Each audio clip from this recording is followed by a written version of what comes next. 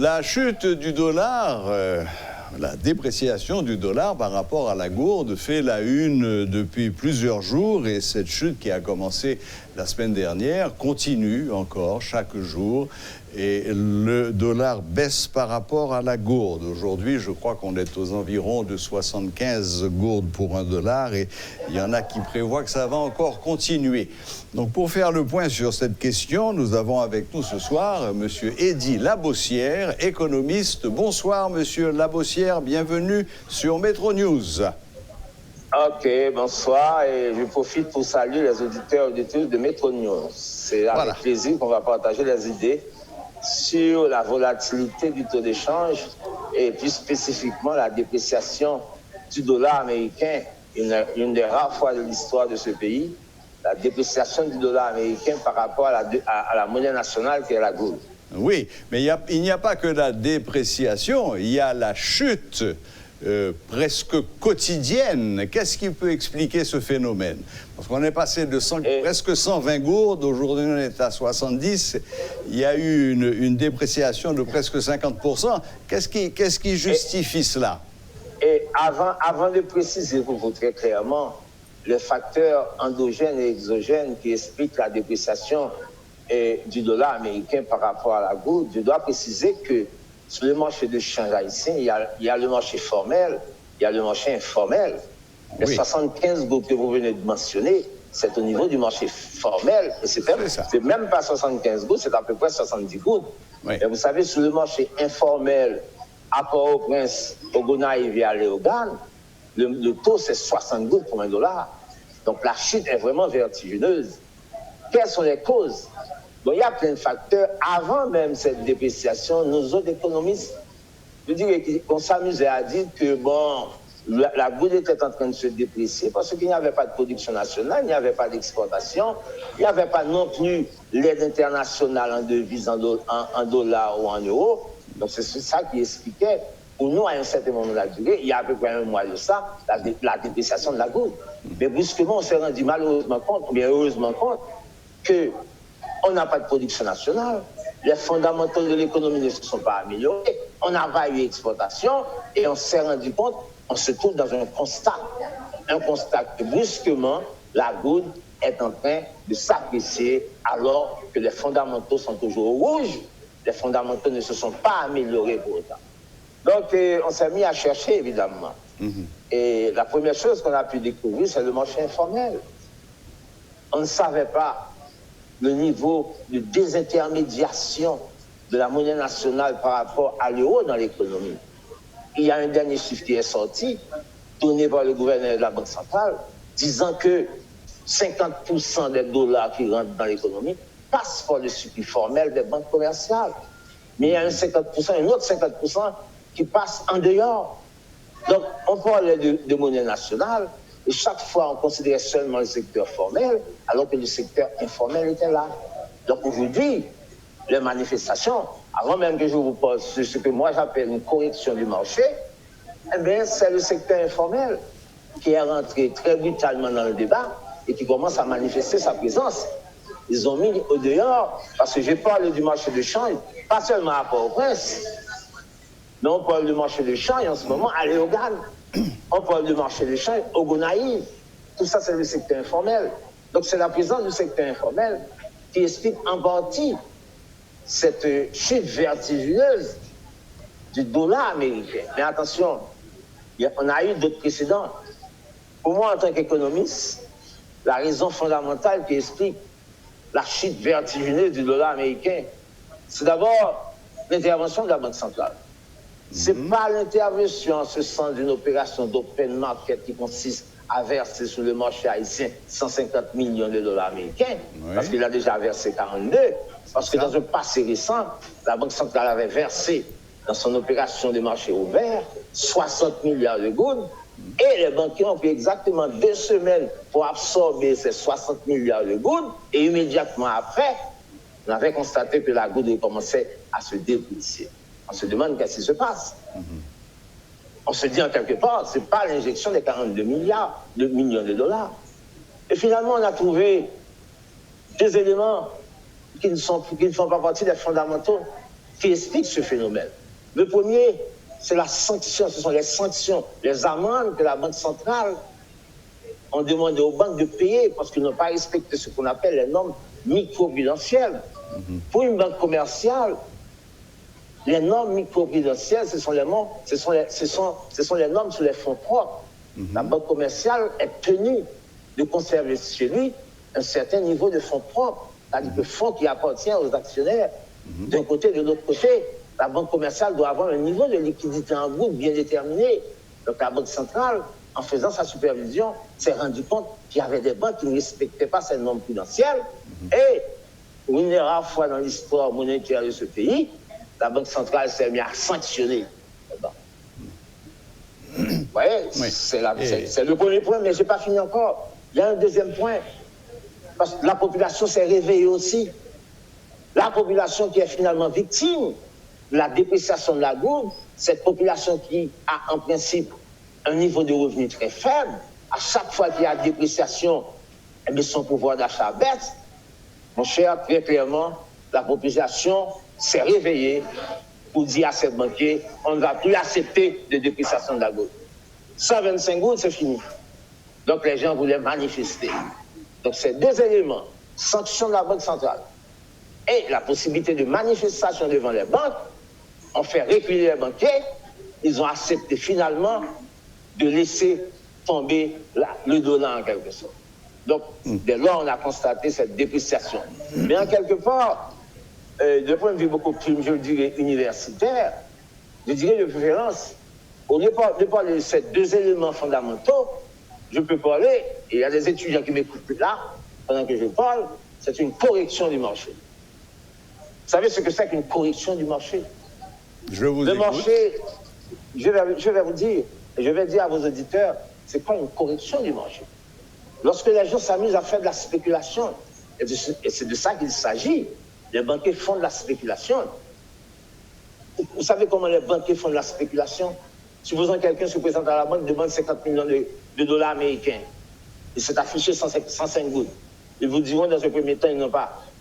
Et puis après, on vous appelle, bon, c'est 105 gouttes, mais si vous acceptez 108 gouttes, on vous donne. Si vous acceptez les 108 gouttes, le lendemain matin, le nouveau taux n'est plus 105, c'est 108. C'est ça que j'appelle la spéculation. Ce n'est pas le jeu de l'offre, la demande, c'est de la spéculation bancaire. Donc, je n'ai pas osé le dire au début, mais un facteur fondamental qui expliquait cette correction violente et brutale du marché, c'est justement la spéculation des banquiers, parce que vous savez, le banquier haïtien, au lieu de faire son job de banquier, je ne sais pas dans quel pays au monde là, plus ce que c'est qu'un banquier, et je me demande parfois, lorsque le banquier haïtien s'adresse à un confrère à l'étranger, de quoi il parle, parce que le banquier haïtien ne fait pas l'intermédiation financière. Le job du banquier, ce n'est pas de faire de l'argent sur la monnaie nationale par rapport à une devise. Le job du banquier, en faisant son intermédiation financière, lorsqu'il reçoit un dépôt, il donne ça sous forme de crédit. Dans les banques du monde entier, c'est comme ça une banque réalise son profit, sa rentabilité, sa profitabilité. Il reçoit les dépôts, il donne ça sous forme de crédit, le différentiel du taux, il donne son profit. En Haïti, ce n'est pas comme ça. D'ailleurs, le banquier haïtien, lorsqu'il ramasse l'épargne nationale qui est à peu près de 160 milliards de gouttes, c'est peut-être lui bail crédit. Il ne va pas bail crédit à l'économie. Il préfère faire la spéculation sur le change. Donc le marché, finalement, a eu une correction. Et chaque fois qu'on parle de correction du marché, si vous allez sur le marché boursier aux États-Unis, si vos auditeurs veulent bien comprendre ce que c'est qu'une correction du marché, allez regarder ce qui s'est passé aux États-Unis lors de la crise de 2008-2009. Une maison aux États-Unis qui valait 40 000 dollars, on demandait 400 000. Et le marché est en train d'observer. À un certain moment de la durée, le marché va résoudre ça. Il ramène les 400 000 dollars, 40 000. Et c'est ça qui s'est passé aujourd'hui en Haïti. Il y a une correction du marché et c'est pas fini. Mes prévisions me donnent que ça va descendre jusqu'à 50 gouttes pour $1. La correction, c'est pas fini. Et c'est pas par hasard sur le marché informel, c'est déjà 60 gouttes pour $1. Il y a même certaines boutiques, certaines places à Pétionville. Ce samedi, c'était 65 gouttes pour $1. Donc la correction se poursuit. Donc cette appréciation de la goutte par rapport au dollar n'est pas directement liée aux fondamentaux de l'économie. C'est lié à la correction du marché, c'est lié au fait que désormais la population dit non, il ne prendra plus, il n'y aura pas de 120 gouttes pour $1. Ils sont prêts à manifester. Et ensuite, les banques ont eu un petit peu, ils ont été pris de panique lorsqu'ils constatent que finalement, la Banque centrale décide de les sanctionner. Voilà ce qui explique aujourd'hui cette volatilité, cette correction violente du marché. Et moi, personnellement, en tant qu'économiste, j'attends, et je le répète, 50 gouttes pour $1, parce que mes modèles de prévision macroéconomique, en prenant un ensemble de variables, dont les fondamentaux, dont la spéculation, dont le marché informel, me donnent exactement aujourd'hui, 28 septembre 2020, le taux que la Banque centrale n'ose pas donner jusqu'à présent, parce que ce matin, elle a donné 70 gouttes, 55, je n'ai rien dit. Ce n'est pas le vrai taux. Le vrai taux est 50 gouttes pour $1. Et c'est ça que j'attends de la Banque centrale. Voilà. Et la correction va continuer parce que nous ne sommes pas encore à 50 gouttes pour $1. J'ai un ami dans le secteur textile, il est vraiment pénalisé parce qu'il reçoit des dollars. Malheureusement, il a reçu des dollars depuis des mois. Il a mis ses dollars à la banque. Il n'avait pas cette idée d'échanger ses dollars pour des gouttes à 120 gouttes. Aujourd'hui, il va échanger ses dollars pour avoir des gouttes pour payer les employés à 70 gouttes pour $1. Donc c'est sûr, chaque fois qu'une monnaie nationale s'apprécie ou se déprécie, dans un sens ou dans un autre, il y a des gens qui sont pénalisés, il y a des gens qui sont des gagnants. Là, on ne peut rien faire pour eux. La seule chose que peut-être la Banque centrale doit essayer de faire, c'est de déterminer un taux d'équilibre du marché. Mais il y a toujours des gagnants, il y a toujours des perdants. Ça que vous assez comme $1. Et bien, dollarisé ou dollarisé. Vous tapez comme vous, ou pas très monnaie nationale, là, pas un problème. D'accord? Ils ont développé une sorte d'animosité face à la monnaie nationale. Ils ont conservé leur richesse en dollars, c'est très bien. Mais si aujourd'hui la monnaie nationale s'apprécie, mais il faudra payer le prix de votre mauvaise lecture du marché. Donc c'est comme ça, c'est toujours comme ça. Il y a des secteurs qui sont des secteurs gagnants. Secteur télécommunications, digital, NATCOM sont des secteurs gagnants. Il y a des secteurs perdants. Les gens qui reçoivent, les gens qui doivent exporter perdent. Les gens qui importent gagnent. Les gens qui exportent perdent. Voilà. C'est simple que ça. Dans toute économie, c'est comme ça. Je n'ai pas à me plaindre sur les gens qui gagnent. Je n'ai pas à me plaindre ou me complaindre sur les gens qui perdent. Ce que je fais seulement en tant que banque centrale, je donne le taux d'équilibre du marché.